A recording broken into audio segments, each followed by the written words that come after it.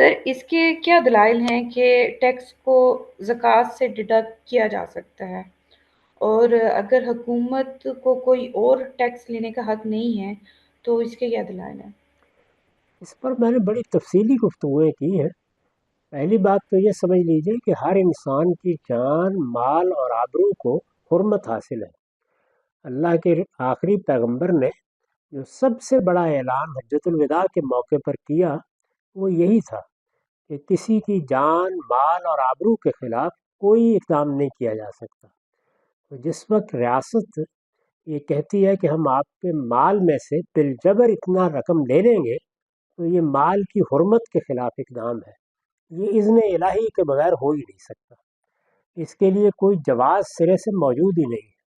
تو یہاں اصل میں سوال یہ نہیں کرنا چاہیے کہ اس کا کس نے حق دیا ہے کہ انہیں روک دیا جائے، سوال یہ کرنا چاہیے اس کا حق ان کو دیا کس نے ہے کہ وہ لوگوں سے لے لیں۔ پہلے اس حق کا استقرار ہونا چاہیے، یہ حق حاصل ہی نہیں ہے۔ چنانچہ اللہ تعالیٰ نے جب قرآن مجید میں یہ بیان کیا کہ مسلمانوں کی حکومت قائم ہو گئی ہے تو وہ لوگوں سے کیا مطالبات کر سکتی ہے، اس میں سورہ توبہ میں زکوٰۃ کا ذکر کر کے یہ کہا فخلوا سبیلہم، اس کے بعد تو ان سے کوئی مزید مطالبہ نہیں کر سکتے۔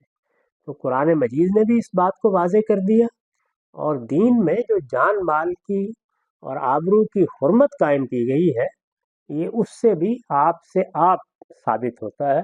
اس لیے اس کا استدلال یہ ہے۔ یہ دونوں باتیں میں نے اپنی کتابوں میں بیان کر دی۔ یہاں لوگ الٹ سوال کر رہے ہیں، وہ چونکہ ایک بات سے مانوس ہو گئے ہیں تو وہ سوال یہ کرتے ہیں کہ ریاست کو کیوں حق نہیں۔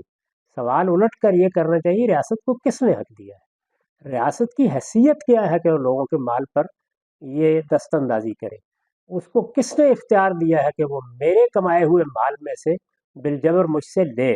اگر آپ کہیں کہ یہ تو ریاست کی ضرورتیں ہیں اور ہم نے خود ریاست قائم کی ہے تو پھر ضرورت میں تو میرا اختیار ہے، مجھے کنٹریبیوٹ کرنا ہے، پھر مجھ سے مطالبہ کیا جا سکتا ہے۔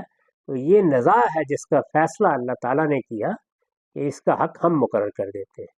اور پھر ہمیں معلوم ہے کہ رسول اللہ کے زمانے میں اسی کو ٹیکس سمجھا گیا، اسی کو لوگوں سے مطالبہ کر کے لیا گیا۔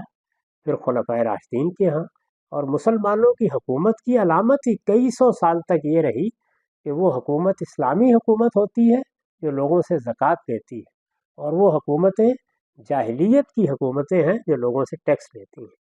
تو یہ سب چیزیں بالکل طے ہیں، ان میں سے کوئی چیز بھی ایسی نہیں جو میں نے نئی کہی ہو۔ اصل میں جن چیزوں سے لوگ مانوس نہیں ہوتے ان کے بارے میں اس طرح کے سوالات پیدا ہو جاتے ہیں۔